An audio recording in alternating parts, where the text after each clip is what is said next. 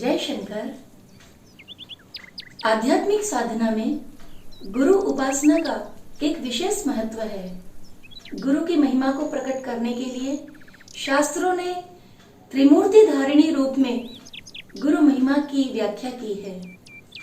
संवित मधु निर्झरी के प्रथम निर्झरण में गुरु स्मरण एवं गुरु स्वरूप का बोध कराने वाली रचना के बाद आज हम पुनः एक नूतन रचना के साथ आपके समक्ष प्रस्तुत हैं।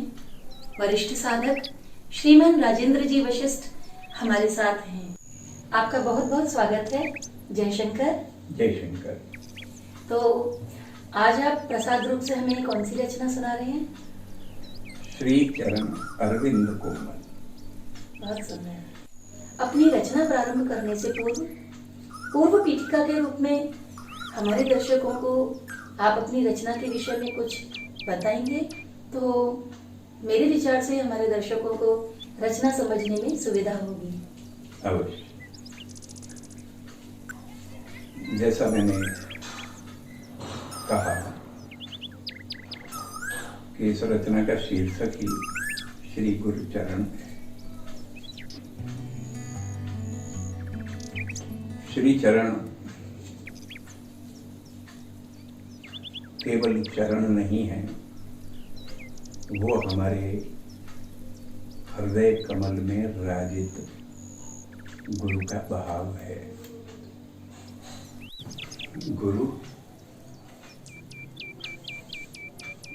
गुरु शब्द अपने आप में बहुत गुरुतर है। इसे इतना सहज और सरल नहीं लेना चाहिए जैसा लोक में दृष्टिगोचर होता है। संवित साधना में गुरु को ईश्वर की अनुग्रहात्मिका शक्ति कहा है। ईश्वर के पंच कृत्यों में एक विलक्षण तत्व है जिसका नाम अनुग्रह है। जन्म, स्थिति और संहार ये तो ईश्वर के प्रमुख कार्य है ही, लेकिन दो और विशेष कार्य हैं, एक निग्रह और एक अनुग्रह। इस अनुग्रह रूप में ही ईश्वर तत्व सिद्ध होता है, प्रकट होता है।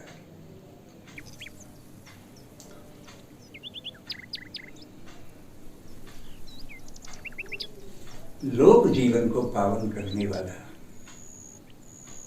केवल दो ही इसमें हमें दृष्टांत मिलते हैं। या तो ईश्वर का अवतार या गुरु का अवतरण। ईश्वर का अवतार भी गुरु का ही अवतरण है, लेकिन उसमें लीलाएं प्रधान हो जाती हैं और लोक जीवन उन लीलाओं का आश्रय लेकर के पवित्र होता रहता है।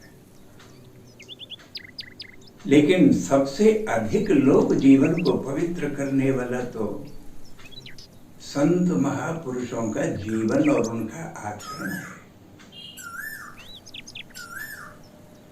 उनके आचरण से तीर्थ भी तीर्थ हो जाते हैं। उनके आचरण से मंदिर भी चिन्मय हो जाते हैं। उनके आचरण से तृण भी अमृत औषधि हो जाता है। और जिसे हम विष की बल्लरी, विष की बेलरी कह कह करके तिरस्कृत करते रहते हैं, वो शरीर भी देवालय हो जाता है। यहाँ इस कविता में उसी तत्व का चिंतन है, उसी तत्व का विमर्श है, उसी तत्व की उपासना है जो ब्रह्मा, विष्णु और महेश को उनके संबंधित कार्यों में भी जो गुरु की अनुग्रहात्मिका शक्ति उन्हें भी प्रशस्त करती है। हम उन गुरु चरणों का वंदन करते हैं। मैं यहाँ ये बात और ध्यान दिलाना चाहूँगा, जैसे अर्चक के लिए, पूजा करने वाले के लिए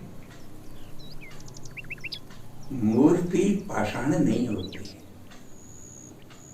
उसके लिए वो देव विग्रह होता है।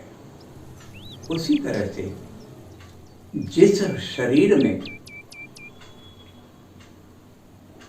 साधक अपने गुरु को देखता है, जिस शरीर में गुरु अपने शिष्य को देखता है, वो शरीर भी भौतिक कलेवर नहीं होती है।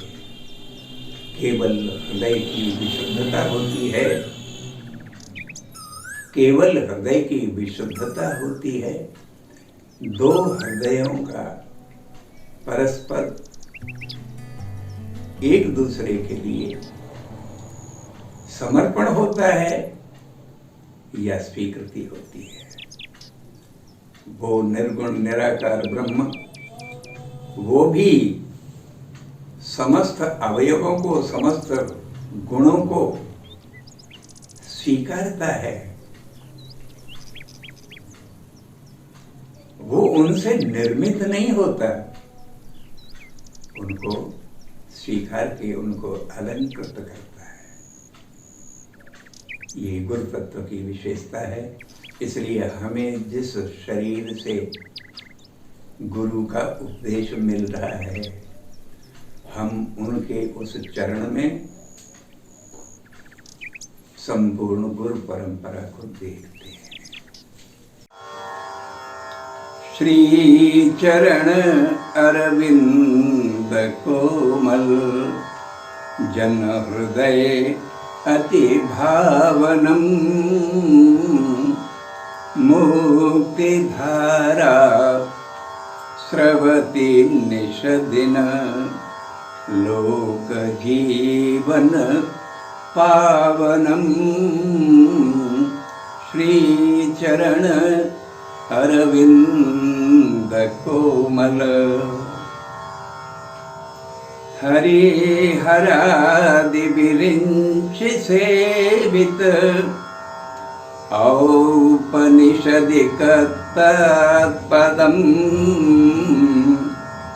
जन्म मृत्यु जरादि व्याधि, सुख दुख भव मोक्षदं।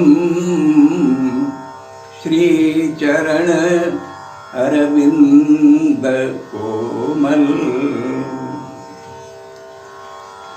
वेद मूर्ति सुज्ञान आगर, मोहरात्रि विनाशनम, सोम सूर्य असंख्य कोटि, शीतलं सुप्रकाशनम। श्री चरण अरविंद कोमल,